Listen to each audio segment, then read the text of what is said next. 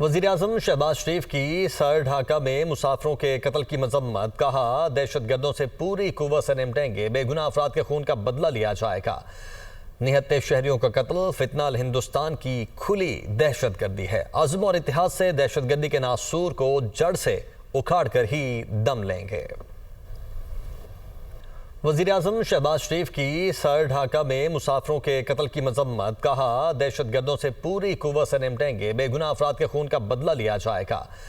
निहत्ते शहरियों का कत्ल फितनाल हिंदुस्तान की खुली दहशतगर्दी है। अज़्म और इत्तेहाद से दहशतगर्दी के नासूर को जड़ से उखाड़ कर ही दम लेंगे।